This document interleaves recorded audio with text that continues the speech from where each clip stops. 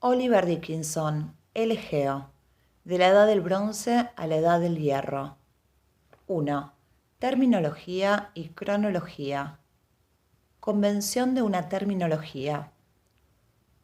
Los límites del periodo tratado en este libro abarcan medio milenio, del siglo XII al siglo VIII. Este largo periodo no se puede tratar como una unidad, aunque solo sea por su situación entre unos períodos para los que se ha podido establecer una cierta cronología histórica. Como se apunta en el prólogo, cada vez es más frecuente separar el siglo VIII del resto por tratarse de un periodo situado en el umbral de la auténtica historia griega. Pero establecer una cronología absoluta fiable que pueda ser aplicada a toda la región egea plantea graves problemas e imposibilita el análisis de todo el periodo en meros términos de siglos o de fracciones de siglos y menos la datación de acontecimientos individuales dentro del periodo acotado. El periodo tiene un comienzo razonablemente bien delimitado, la serie de destrucciones que marcaron el final de lo que, siguiendo a Dickinson, llamaremos el tercer periodo palacial. Aunque aquellas destrucciones no se identifican en todos los yacimientos egeos más relevantes, no hay duda de que reflejan una serie de eventos de cierta magnitud que representan efectivamente el colapso de las sociedades palaciales egeas en un lapso de tiempo relativamente corto. Pero a partir de ese momento todo es incertidumbre, porque ya no aparecen más horizontes de destrucción que nos permitan establecer posibles secuencias y etapas del bronce egeo. Y aún no estamos seguros de que las destrucciones que se han identificado en el período postpalacial se puedan agrupar para formar un mismo o parecido horizonte. Tampoco sabemos si algunas destrucciones se pueden relacionar con el riguroso acontecimiento climático detectado en la evidencia dendrológica hallada en Turquía, que ahora se fecha entre 1174 y 1162, y que suele atribuirse a una erupción del monte Hekla en Islandia, ocurrida en la primera mitad del siglo XII. Tras el período postpalacial y a excepción de Creta, prácticamente no se detectan destrucciones de enclaves importantes hasta el siglo VIII, cuando ya empieza a ser posible asociarlas a un contexto histórico, por ejemplo, la destrucción de Asine en la fase cerámica del Geométrico reciente se ha asociado a la tradición de la conquista de Argos, que se fecharía en torno al año 700. Así pues, el registro arqueológico no presenta rupturas naturales que faciliten una subdivisión del período no basada en fases cerámicas, pero es la única fuente capaz de proporcionar un marco para esa subdivisión. Algunos autores consideran que la invasión doria, la migración jonia y en general los movimientos de población que registran las tradiciones griegas son hechos históricos que se pueden fechar y utilizar como hitos cronológicos de la primera parte del período. Pero, aunque se aceptara que estas tradiciones contienen informaciones genuinas, la base para fecharlas es muy endeble. Como se decía en la introducción, la datación de estos movimientos migratorios se calculó básicamente tomando como referencia la guerra de Troya, lo que tampoco garantizaba dataciones precisas. Los antiguos asignaron a aquella guerra fechas muy variadas y todos tuvieron que basar sus cálculos en distintas interpretaciones de las genealogías que vinculaban personajes históricos con héroes famosos. Pero hace tiempo que se reconoce que aquellas genealogías, y en particular la de las familias reales espartanas, son demasiado breves para establecer una posible cronología, dando por supuesto, y es mucho suponer, que la época de los héroes tiene su base histórica en el mundo de los palacios micénicos. Pese a todo, Snodgrass ha afirmado que varias fuentes sugieren que habría un número similar de generaciones que se remontarían a una figura o dios ancestral y si se estiman unos 30 años por generación y se empieza a contar desde el siglo V, Cuando se registraron esas genealogías, todas parecen tener su origen en torno al siglo X, siglo que podría representar un horizonte de relevancia histórica y reflejar incluso la fecha de la migración jonia.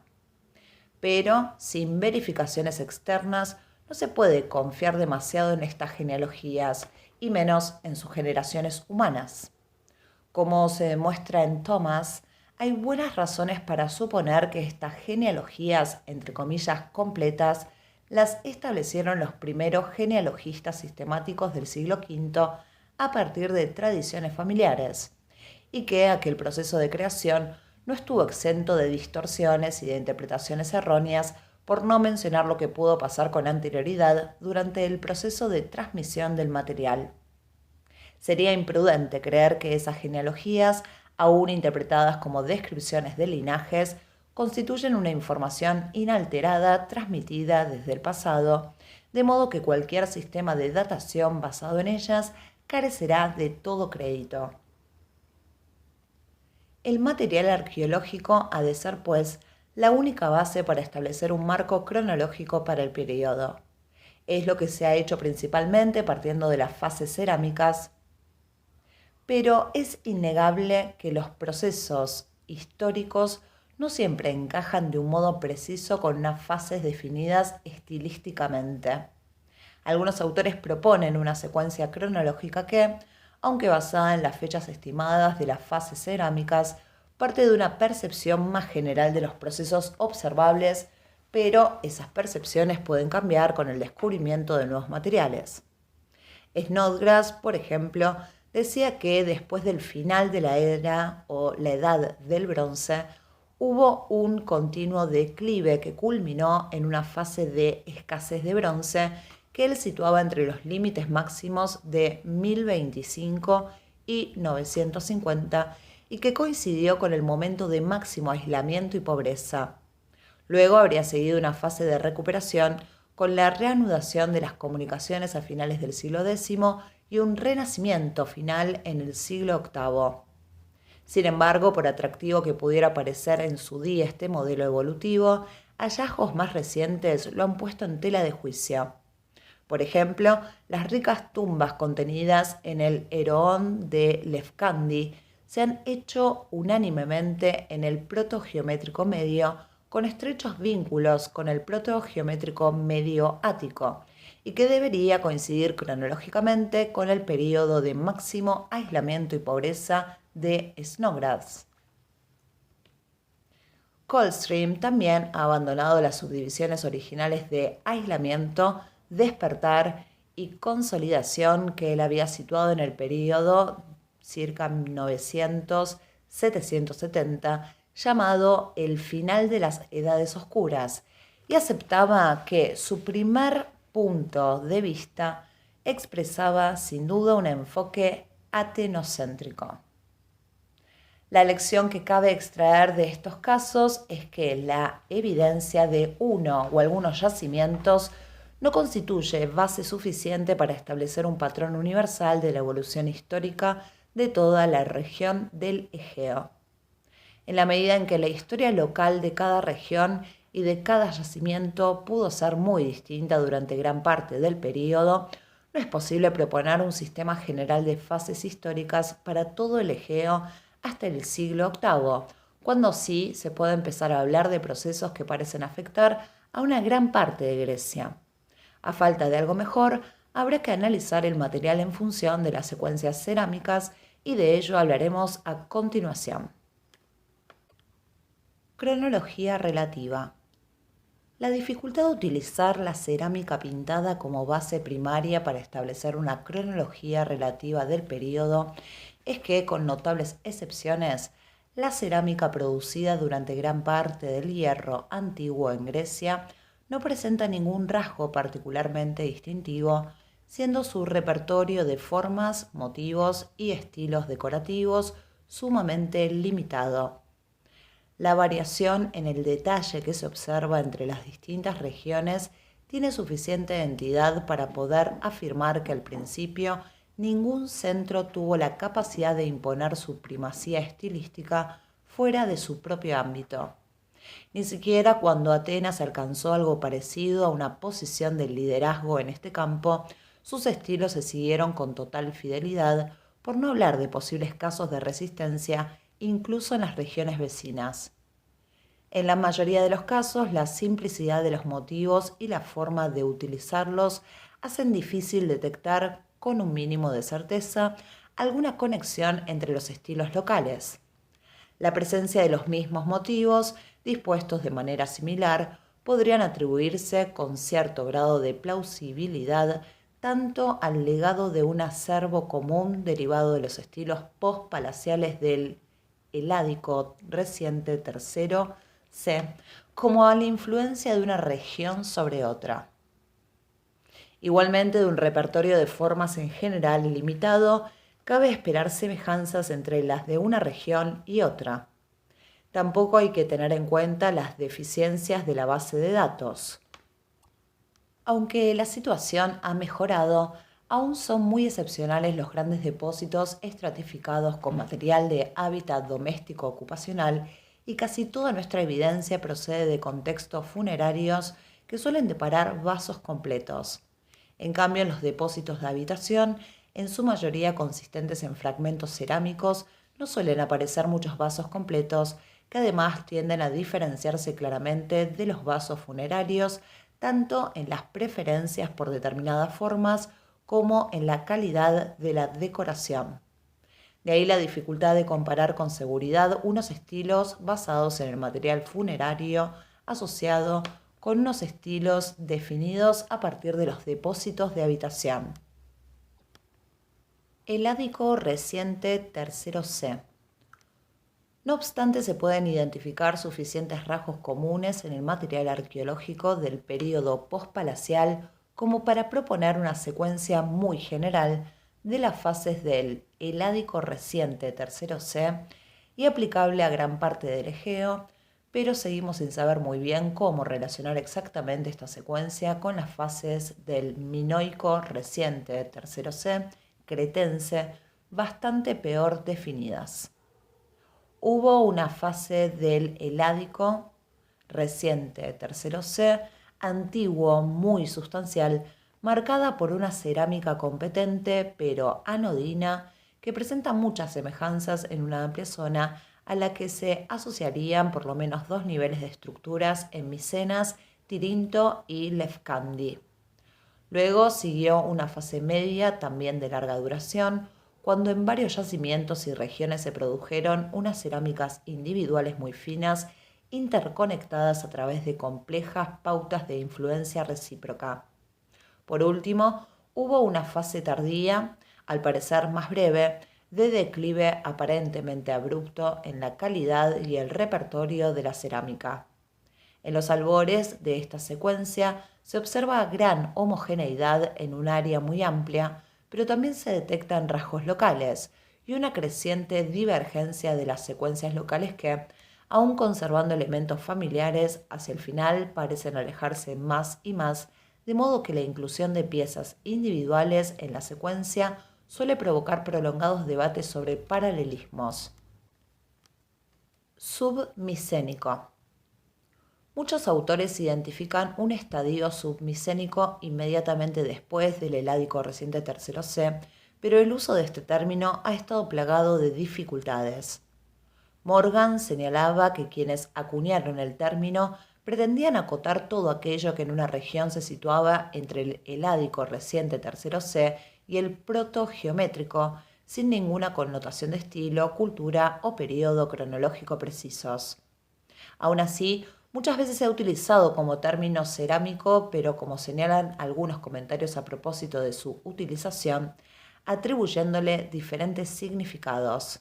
A veces se ha interpretado como simple variante local de la cerámica ático-occidental del Heládico reciente tercero C tardío, otras veces para referirse al estilo de los vasos recuperados en sepulturas coetáneas de asentamientos del Heládico reciente tercero tardío, y a veces asociados al estilo sucesor del Heládico reciente tercero C en una importante zona de la Grecia continental central. La dificultad a la hora de consensuar una definición se debe en parte a la creciente regionalización de la cerámica del heládico reciente tercero C, que bloqueó la expresión de una coherencia estilística entre las distintas regiones de todo cuanto vino después. Pero la razón fundamental es que el submicénico no presenta un carácter demasiado específico, pese al empeño de Desbrook y de Munjoy por definirlo.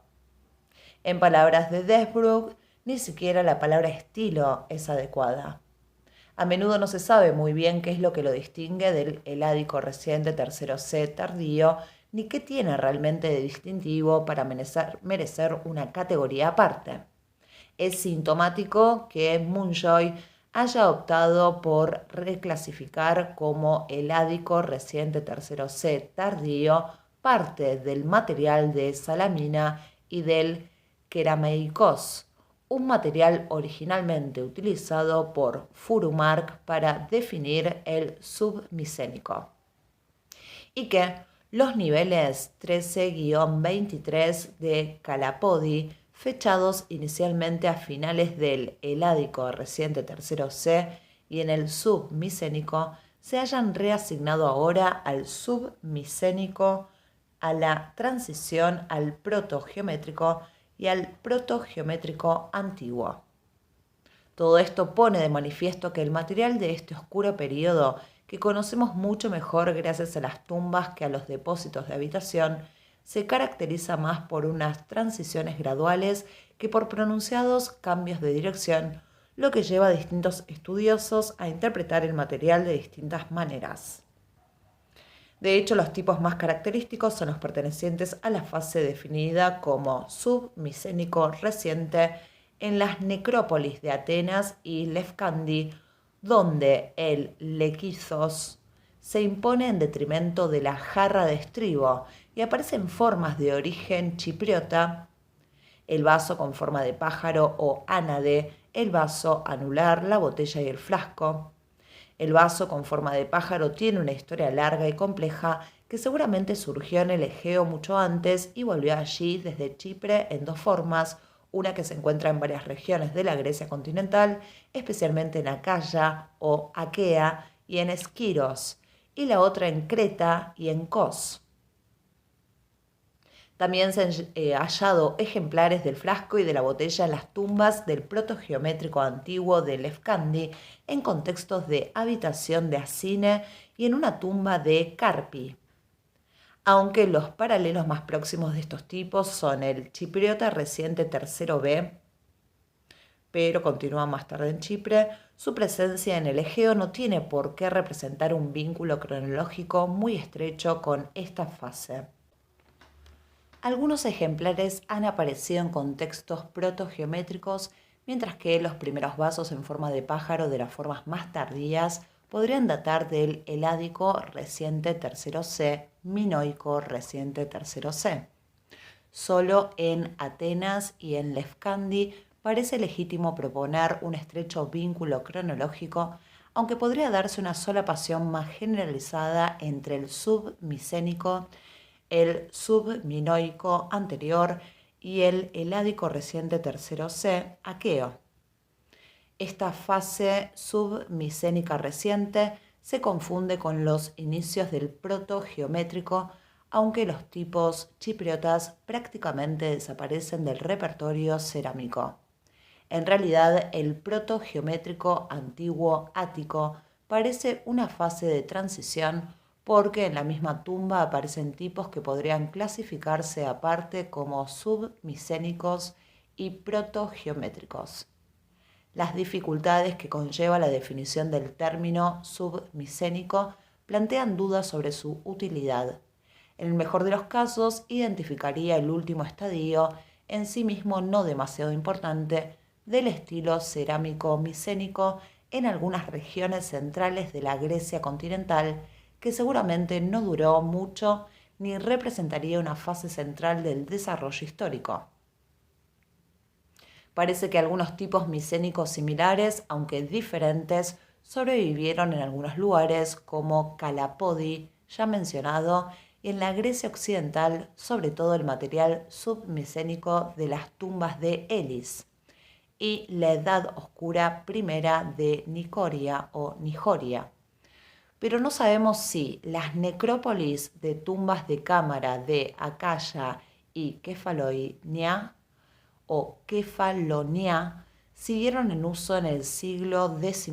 o hasta el siglo X.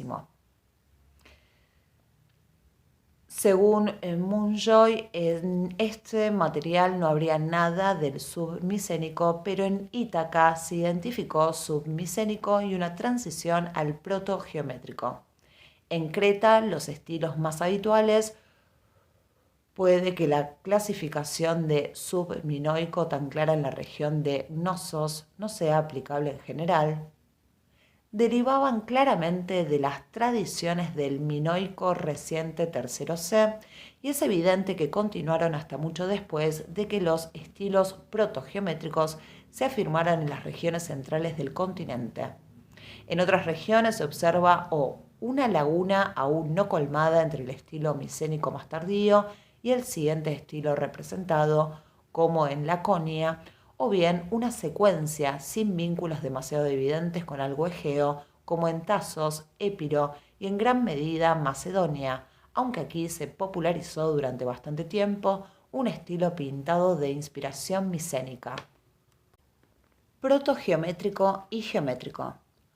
Con la consolidación del estilo protogeométrico ático pleno, la situación se clarifica enormemente.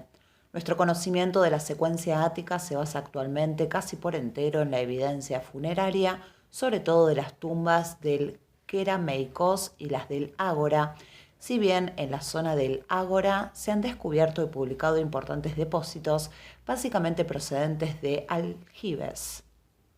Pese a que la cantidad de material resultante es demasiado exigua para proceder a un análisis detallado, las fases de los estilos protogeométrico y geométrico ático, tal como las definen Desbrook y Coldstream,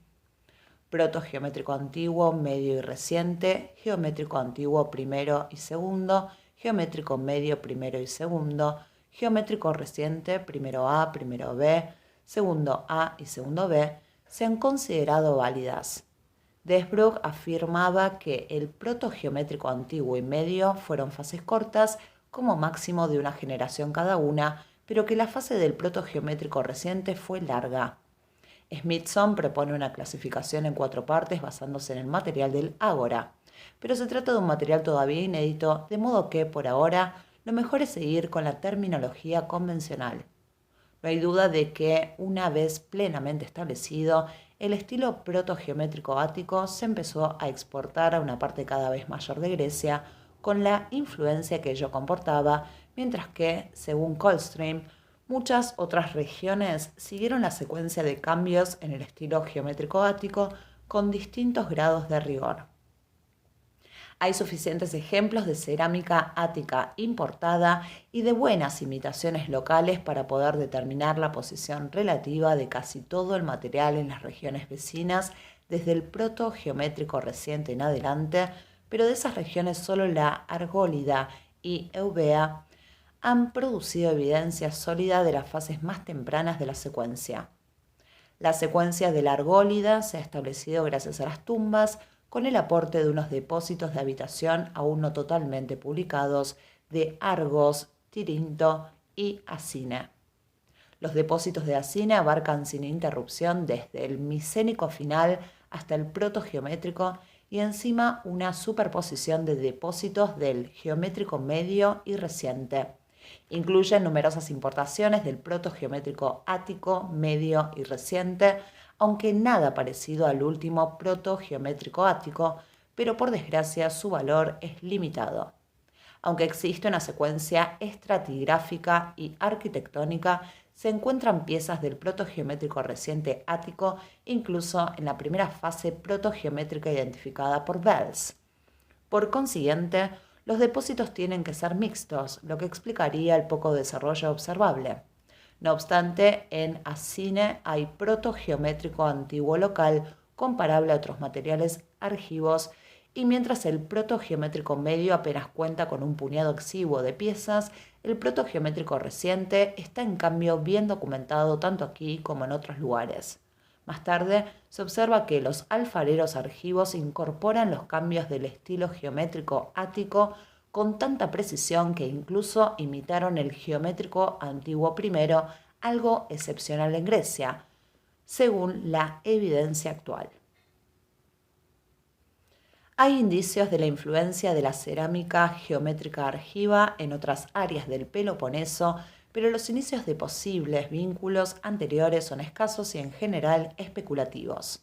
Hasta el momento la mejor representación del estilo euboico se halla en el material de Lefkandi, pero cada día crece el número de publicaciones de otros yacimientos, sobre todo de Eretria y sus últimas fases geométricas. En Lefkandi se ha recuperado una secuencia ininterrumpida de tumbas cada vez más ricas que abarca desde el submicénico reciente hasta el geométrico medio ático primero.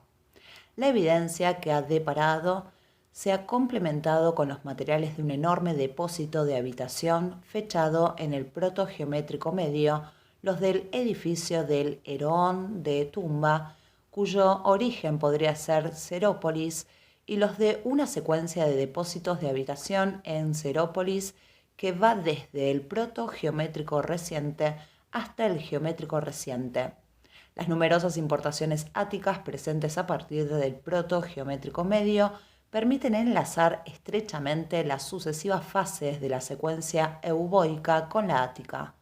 Su especificidad destaca sobre todo en las fases equivalentes al geométrico antiguo y al geométrico medio primero áticos, cuando todavía predominaba un estilo subprotogeométrico. La secuencia euboica es la más interesante, no solo porque ha deparado un material de estilo muy parecido al protogeométrico reciente y al subprotogeométrico en un área muy amplia que se extiende a la Grecia central, la Tesalia oriental, la costa de la Macedonia central y muchas islas Egeas, sino porque casi todas las cerámicas griegas más antiguas que se han descubierto en el Mediterráneo oriental presentan estos estilos no el ático. En otras zonas de la Grecia continental la situación es más compleja y buena parte del material sigue inédito. En Calápodi, en Focea, hay una serie continua de depósitos estratificados de riqueza variable que se extiende del Heládico reciente tercero C antiguo hasta la época histórica. En las fases protogeométrica y geométrica se aprecian importantes vínculos con Eubea, pero también contactos plausibles con el Peloponeso, incluidas posibles importaciones. Pero por lo demás escasean materiales de la Grecia central relacionables con esta secuencia. Se ha publicado algún material de habitación de Iolcos del protogeométrico al subprotogeométrico, donde se propone una lenta adopción de tipos geométricos junto a una tradición todavía muy marcada del Heládico reciente tercero C, pero el apoyo estratigráfico para esta hipotética secuencia no es muy sólido, porque tipos que en otros lugares como Acine se atribuirían a fases perfectamente diferenciadas, aquí aparecen juntas, lo que hace sospechar que gran parte del material esté mezclado. En la Grecia occidental, en Nicoria y en Mesenia, se recuperó una importante secuencia estratificada que Carlson dividió en una secuencia de fases primero-tercero de la Edad Oscura y luego aplicó a todo el material de Mesenia y de Polis en Ítaca. Pero presenta dificultades, sobre todo porque la definición de la Edad Oscura primera de Nicoria o Nijoria no se basa en ningún depósito importante y discernible y podría incluir material muy heterogéneo desde el Heládico reciente tercero C más tardío en adelante. Porque la Edad Oscura segunda/tercera es local de Nijoria y está únicamente representada por el material del segundo piso de la unidad cuarta-primera. Y porque la Edad Oscura tercera se solapa prácticamente con el geométrico reciente. Además, como señala Snodgrass, las bases de la cronología absoluta propuesta para la secuencia son endebles, ya que los vínculos estilísticos más plausibles serían con las secuencias de Ítaca y Acaya, que tampoco permiten establecer una cronología absoluta, y las fechas aceptadas para algunos de los paralelos son discutiblemente altas. Lo único cierto es que la secuencia continua de Nijoria parece comenzar con un estilo que posee claros elementos micénicos, así que no parece probable que se iniciara mucho después del circa 1000. La presencia en el yacimiento de ítems antiguos de bronce, todos ellos descontextualizados, sugiere un comienzo en el siglo XI. La larga e importante fase de la Edad Oscura Segunda, incorporando la Edad Oscura Segunda/Tercera, pudo coincidir básicamente con el siglo IX, aunque arrancara en el siglo X, y pudo incluso solaparse con parte del siglo VIII. El material de Ítaca, especialmente el de los depósitos de polis, que contienen casi exclusivamente formas abiertas y por lo tanto podrían ser de carácter especial, y de aetos, parecen abarcar sin discontinuidades desde el Heládico reciente tercero C tardío hasta la Edad del Hierro antiguo. Pero el material es muy particular y solo puede relacionarse con la secuencia egea estándar al final del período a través de la presencia de gran cantidad de importaciones e imitaciones del geométrico corintio, sobre todo del geométrico reciente, si bien no existe base estratigráfica para ningún sistema de fases. Todo el material protogeométrico aqueo procede de contextos funerarios y no presenta ningún vínculo demostrable con el Heládico reciente tercero C, y los vasos de las tumbas de Elis y alrededores y el material recién descubierto en depósitos de Olimpia proporcionan una secuencia de esqueletos del submicénico al geométrico. Algunas piezas ocasionales que parecen ser importaciones protogeométricas de zonas más orientales, halladas en Mesenia y en Ítaca, y la presencia de lo que podría ser una importación de Ítaca en Medión, en Focia, con un estrecho paralelismo en Derveni, en Acaya, autorizan a sugerir paralelismos generales entre estas secuencias greco-occidentales y el Egeo. La situación de Laconia es muy parecida, porque lo que fue claramente un estilo de larga duración solo ahora se puede subdividir mediante un análisis estilístico. En Tegea se ha descubierto material muy parecido, aunque con notables diferencias respecto a Laconia, asociado a tipos locales y algunos que se parecen al protogeométrico reciente y al geométrico antiguo y medio ático o argivo, incluidas posibles importaciones. Pero la estratificación es complicada y no es fácil aislar evidencia clara de desarrollo. Creemos que hablar, como hace Coulson, de una koiné greco-occidental que incluiría el Peloponeso occidental, Ítaca y Etolia, a la que se asociaría el protogeométrico de Laconia, refleja un uso indebido del término. En estas regiones no existe un estilo común como el que se observa en la koiné tesalo-euboica identificada por Desbrook. Lo que hay es un conjunto de estilos regionales que tienen elementos comunes como el kílix con pie de reborde, además de marcados rasgos locales. Los cánzaroi, muy corrientes en Ítaca, Acaya, Elis y Etolia, son lo más cercano a un tipo de koiné similar a los esquifoi tesalo-euboico, pero su decoración varía según las regiones y la forma no aparece en Mesenia ni en Laconia. Desde un punto de vista estilístico, el material de Ítaca y de Elis también parece haberse desarrollado a partir de estilos locales y bien distintos del Heládico reciente tercero C, representados en las necrópolis de tumbas de cámara de Kefalonia y del noroeste del Peloponeso respectivamente. Puede que se diera un cierto grado de convergencia entre estos estilos en una época equivalente al protogeométrico, pero a falta de material no es posible identificar este proceso en Mesenia o Laconia, y en general el material de Mesenia no refleja vínculos con los rasgos más distintivos de los otros estilos. Las semejanzas que menciona Carlson suelen ser bastante vagas, referidas a motivos simples y muy generalizados. En Creta la secuencia es muy clara y se desarrolló a distinta velocidad y con estímulos diferentes de los que se observan en las principales áreas de la Grecia continental. Hasta hace poco, la secuencia mejor conocida era la de Gnosos, basada fundamentalmente en la evidencia funeraria y en algunos depósitos de habitación dispersos que no forman precisamente secuencias estratificadas significativas. Las recientes excavaciones realizadas en Knossos han sacado a la luz una secuencia muy nítida desde el Minoico reciente tercero C hasta el Subminoico, pero las últimas excavaciones en Cabusi han sido aún más fructíferas si cabe porque en el yacimiento de Castro sobre todo se ha recuperado una secuencia aparentemente ininterrumpida de depósitos de habitación desde el Minoico reciente tercero C hasta el siglo VII. Hasta el momento se han publicado muy pocas cosas de este material, pero es seguro que aportará información importante sobre Gnosos. Los depósitos de Comos también serán importantes para la última parte del período, desde finales del siglo X en adelante,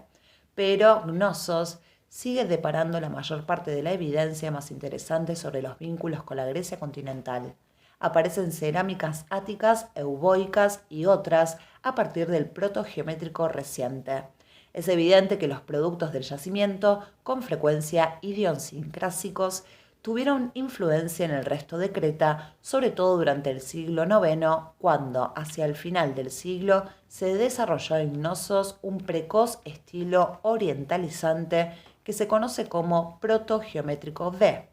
Las influencias de este estilo sobrevivieron, lo mismo que las de las sucesivas fases del geométrico continental, pero durante el siglo VIII la cerámica del norte de Creta iría pareciéndose cada vez más a las secuencias continentales. La datación de estas evoluciones se basa todavía en conjeturas razonables. Cronología absoluta. De acuerdo con una combinación de dendrocronología y de fechas radiocarbónicas relativamente dispares,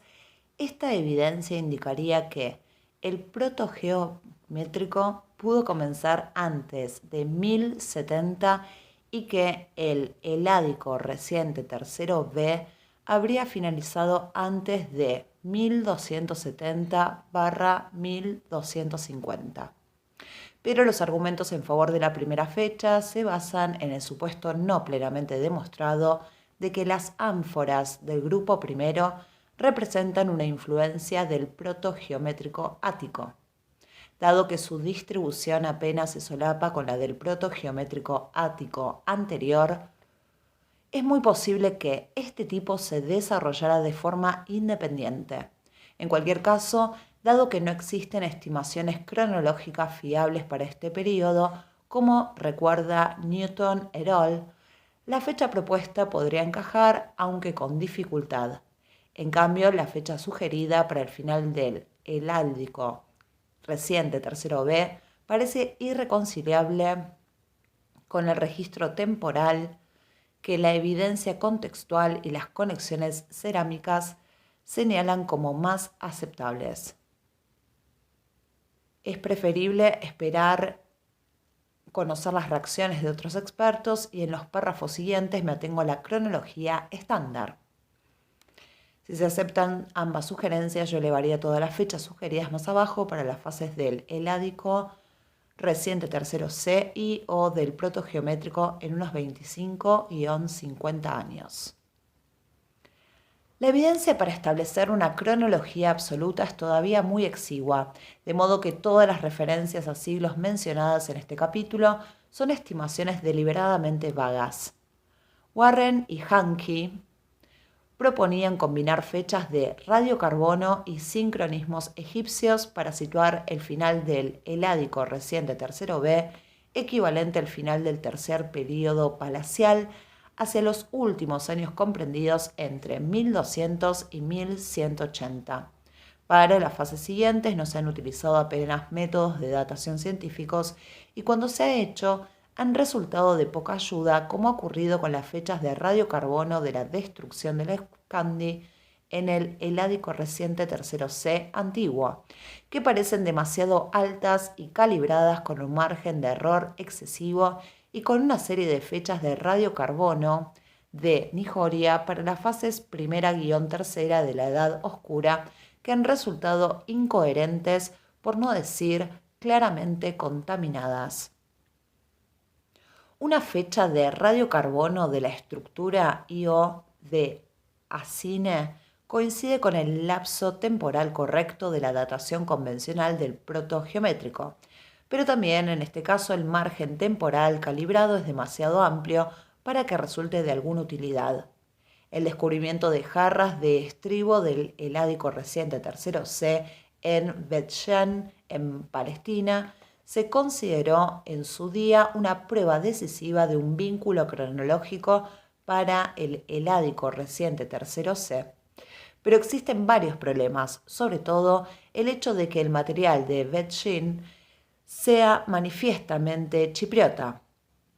No se sabe muy bien cómo aplicar su datación a la secuencia Egea, aunque estilísticamente debería corresponder o acercarse al Heládico reciente tercero C medio. Más preocupantes son las críticas de Yasur Landau contra el método de combinar este material con un ítem aislado de Megido que data del reinado de Ramsés VI,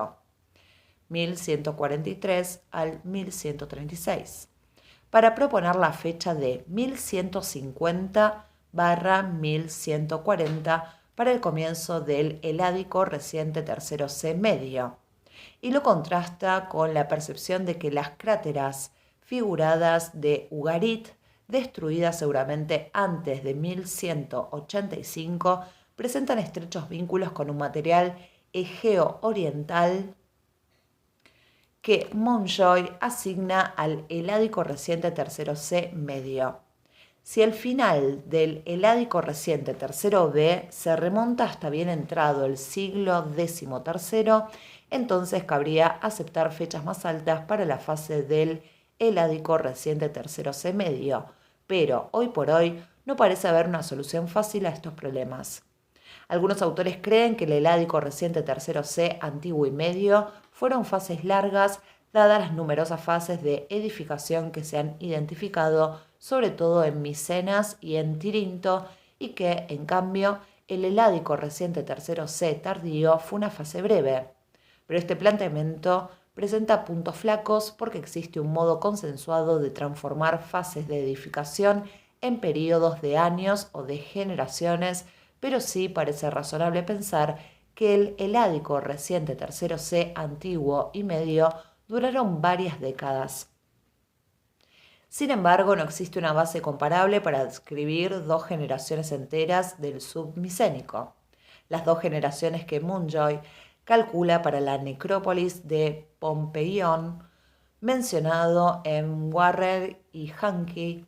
de hecho comienzan en el Heládico reciente tercero C tardío.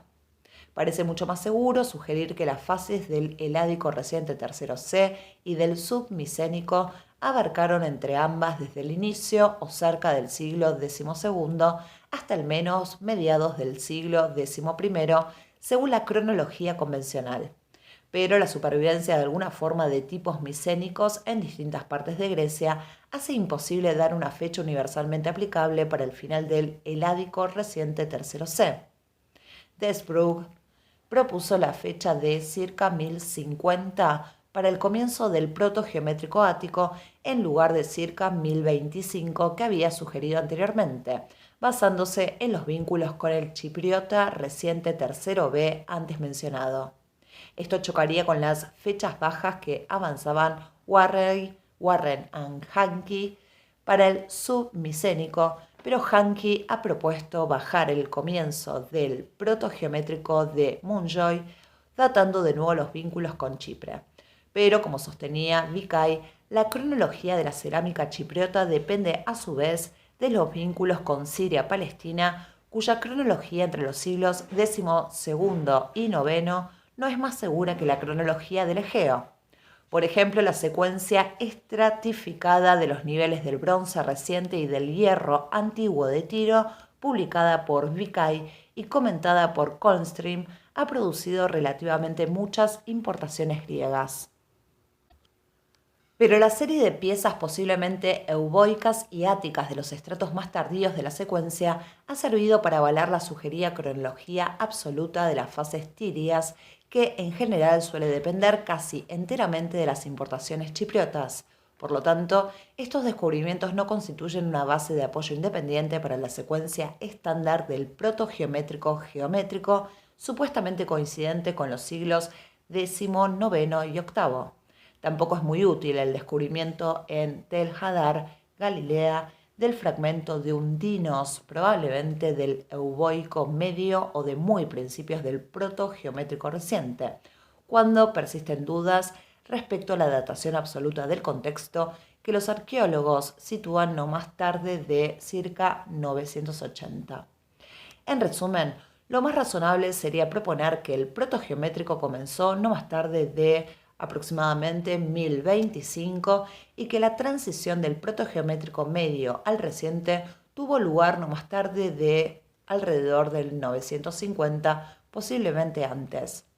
El Eroón de Lefkandi y su gran depósito del protogeométrico medio se sitúa cerca, pero antes de esa transición, así que podría perfectamente datar de 1 o 2 décadas antes de alrededor de 950. Es evidente, pues, que no existen vínculos que nos permiten establecer una cronología absoluta hasta por lo menos las últimas fases cerámicas del geométrico y aún entonces con dudas. Situar la línea divisoria entre el protogeométrico y el geométrico áticos en alrededor del 900 resulta conveniente, pero es puramente convencional, y la duración estimada de las fases cerámicas, protogeométricas y geométricas sigue basada fundamentalmente en la evolución estilística, que se considera importante, y hasta cierto punto en la cantidad de material que se asigna a ambas fases, lo que no constituye necesariamente una buena base. El estudio de Coldstream de la cronología absoluta de las fases geométricas ofreció lo que hoy se acepta como un sistema de datación estándar, pero algunos de sus fundamentos empiezan a flaquear. Forsberg ha demostrado recientemente las falacias que comporta aceptar fechas históricas supuestamente fijas para la destrucción de Samaria y Tarso. También habría que excluir de la argumentación las pretendidas fechas de fundación de las colonias griegas en Italia y Sicilia, asociadas como muy temprano al final del siglo VIII, aunque de acuerdo con la cronología convencional son compatibles con el material arqueológico disponible. No solo se basan en mitos de fundación cuya relación con los datos históricos reales es más que dudosa, sino que habría buenas razones para revisar la duración estimada de las fases geométricas posteriores. Los cambios que sugiere la cronología de la Italia central, basados en muestras de radiocarbono claramente estratificadas, también podrían apuntar a un inicio más temprano para el geométrico medio y un final más tardío para el geométrico reciente. En consecuencia, aunque se ofrece una cronología cuasi convencional, se debe contemplar con ciertas dosis de flexibilidad en términos de años.